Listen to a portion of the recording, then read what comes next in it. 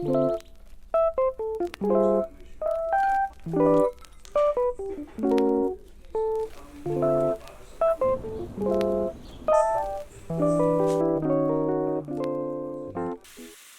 guys, in this video we're going to make this delicious buttered shrimp.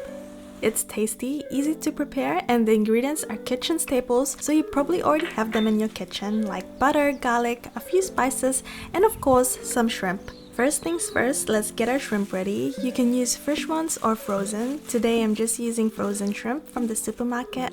We need to wash it and clean it properly. I'll also show you an easy way to devein it, which means removing the dark vein or the intestine that runs along the back of the shrimp. So I've already washed the shrimp and using a pair of scissors, cut off the whiskers and shrimp legs. This is optional though and just a personal preference, but I think the deveining part is a must because it's more enjoyable to eat without it. If you've eaten shrimp which hasn't been deveined before, then you'll know that it's grainy, and I just feel like I'm eating shrimp poop, so I always devein my shrimp. Using scissors, make a shallow cut along the back of the shrimp.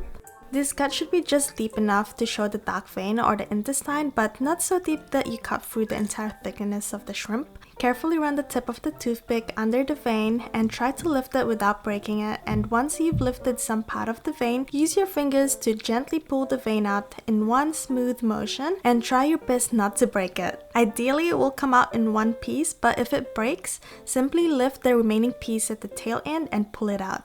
After removing the vein, check the shrimp to make sure that no parts of the vein are left behind, and repeat this process with each shrimp that you plan to cook. I know it looks time consuming, but with a little practice, you'll be able to do this more quickly and efficiently, and you will be a deveining expert in no time. We also need to prepare a lot of minced garlic. I use this mini food chopper because it's so much more easier and faster this way. You can buy this online on Amazon, and I'll leave a link in the description box down below. The cooking part is fast, so make sure you have all the ingredients ready like sriracha, seasoning, and everything basically.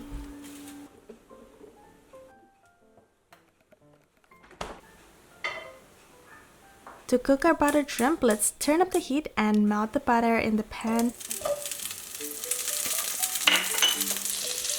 You can swirl the pan to prevent it from burning. I know it looks like a lot of butter, but trust me, it's just enough once we add the shrimp.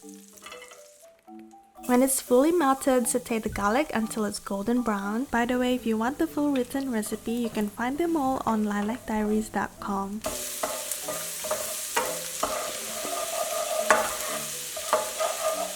Now it's time to add the spices, so we're adding the paprika, chili flakes, and pepper. Cook it for another minute and this will help release the flavors. Increase the heat to medium to high heat and add the shrimp to the pan. Make sure to spread them in the sauce so they cook evenly.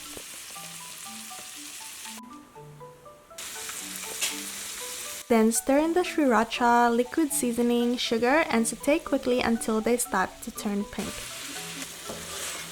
This is the liquid seasoning that I'm using. It's Knorr, and if you don't have this, that's all good. You can just use soy sauce as a substitute. Mix everything until the shrimp are coated in that spicy sweet sauce. Continue to cook for another 3 to 4 minutes or until the shrimp are completely cooked through and the sauce has slightly thickened. Avoid overcooking to keep the shrimp tender. We don't want it to taste rubbery at all, so make sure that you don't overcook it.